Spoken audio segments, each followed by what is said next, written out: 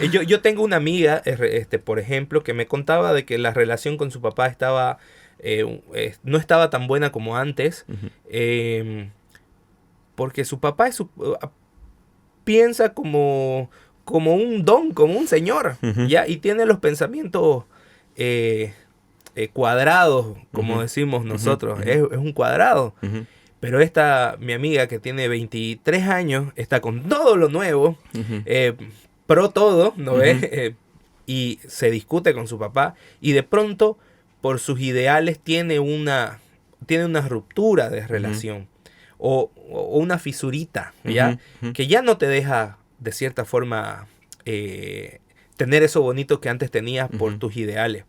Entonces, ¿hasta qué punto tus ideales te hacen que tengas un quiebre, incluso con alguien que en un momento puede ser muy especial para vos, pero hacen que tengas ese quiebre? Ujú, ¿Realmente tus ideas son tan importantes, tan incuestionables, ujú, que te llevan incluso a romper ese tipo de vínculos? ujú.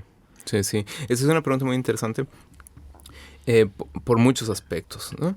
Igual retomo un ejemplo casi de vida propia. 2019 tuvimos el conflicto muy fuerte, ¿no? Yo me encontraba en Alemania todavía, pero aún escribía para un periódico. Ya.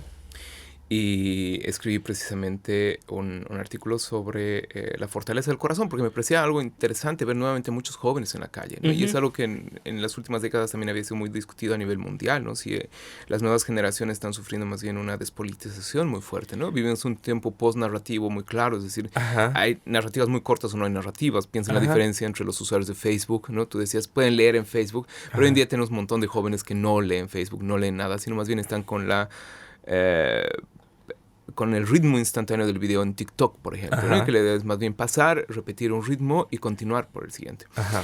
Entonces, esa concepción de post-narrativa, ¿no? De organización post-narrativa de la vida parecía señalar que las nuevas generaciones o los más jóvenes iban a ser fuertemente despolitizados, ¿no? Pero Ujú. 2019, sea por un lado, por el otro, a favor O en o en contra. contra, había un fuerte grupo y número de jóvenes, y eso era muy interesante. Entonces, yo escribí precisamente reflexionando sobre eso, sobre la importancia del papel de los jóvenes, sobre estos nexos y sobre que toda revolución finalmente es un Ujú. momento de reflexión. Cuando uno dice, ya no puedo soportar esto, no entiendo qué es lo que está pasando, Ajá.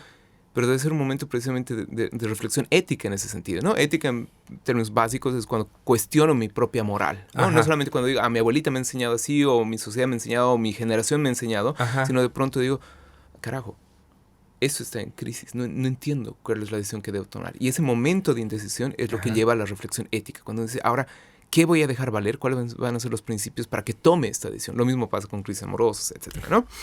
Y había escrito precisamente sobre esa importancia del corazón y de una nueva decisión, ¿no? Que en la política no es importante cambiar presidentes únicamente, sino cambiar principios, renovarlos y Claro. preguntarnos cuáles son los principios que nos guían. No obstante, en ese momento fue así un poquito difícil tocar el tema, todos Ujú. estaban muy sensibles y uno de los que no aceptó muy bien, por ejemplo, ese artículo aquella vez fue Carlos. Ah, ok. ¿Ya? Nuestro hermano, saludo para Carlos. Ajá.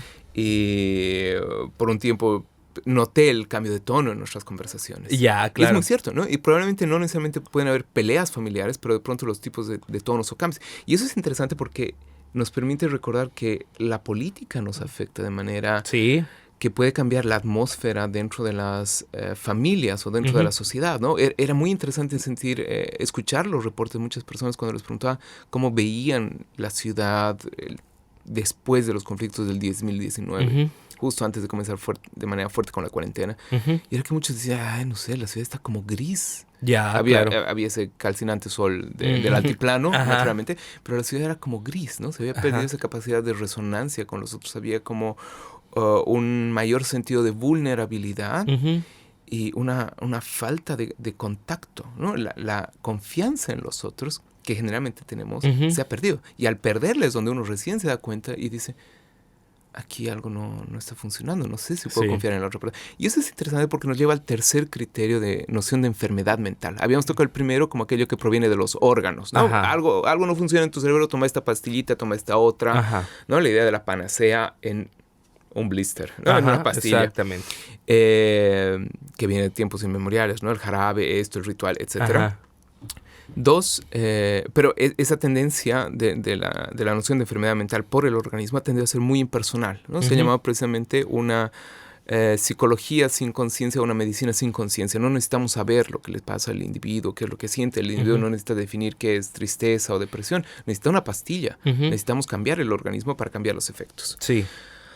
Sin embargo, eso parecía que no se daba porque hay ciertos tipos de conflictos o enfermedades mentales, anormalidades y demás que no se explican solamente por el organismo, sino por estas medias o estadísticas sociales, ¿no? Y eso nos lleva a la segunda concepción, que era segunda concepción A, por decirlo así, estadística, y segunda concepción B, que es la normalidad o las costumbres. Por ejemplo, si hay personas de sexo no binario o binarias y demás, por un tiempo era un problema de salud mental, ¿no? Si uno era homosexual o no binario, estaba enfermo, ¿no? Los reportes en psiquiatría o los manuales de psiquiatría hasta los 60 más o menos consideran, hasta los 80 casi, consideran la homosexualidad como una enfermedad mental. Eso se ha retirado en las últimas décadas recién. No obstante, paralelamente en otras culturas como en la India, un tercer género era completamente aceptado. Totalmente, ¿no? Claro. Entonces, ahí venía también el problema de la normatividad cultural. Claro, en la India hasta se buscaba de que ciertas familias tengan una persona de ese tercer género. Correcto, que se dedicaban, por ejemplo, a recolectar dinero, pero de ninguna manera en el sentido de pedir platita en la esquina, a lo vinchita aquí, para hacer referencia local, sino más bien precisamente como personas ligadas a lo divino, ¿no? Y eso generalmente en las historias de la locura, por ejemplo, siempre se enfatiza en Grecia, ¿no? Y hasta el Renacimiento. Los locos eran precisamente los que estaban fuera de la norma, los que tenían contacto con Dios, con lo divino, con la locura, y eran más o menos santos también, ¿no? Entonces esa es como la tradición. Cuando tú me dices, por ejemplo, no, yo creo que los artistas son santos, escucho en el eco de tu voz la resonancia de esos siglos culturales también, donde la locura siempre se entendía como el contacto con lo divino, con lo maravilloso, con lo pulcro, con lo bello, con lo que está más allá de los mortales. No obstante, también hay este otro lado de la locura que hablamos como anormalidad, como aquel que no puede poseerse a sí mismo, ¿no? Como el alienado, como el poseído por otro, que lo hemos visto, por ejemplo, en los conflictos sociales, de eso precisamente estábamos hablando, ¿no? Y es lo que generalmente se utiliza para desacreditar al rival político. Exactamente. Y decimos, el pueblo ha sido engañado por tal o cual, están mintiendo al pueblo, ellos no tienen la capacidad de agencia, no tienen la capacidad de decisión, no tienen autonomía para tomar decisiones, son como zombies, ¿no? Y eso nos lleva a otro plano interesante que tú decías en el nivel digital, ¿no? Eso charlamos también con algunos estudiantes míos.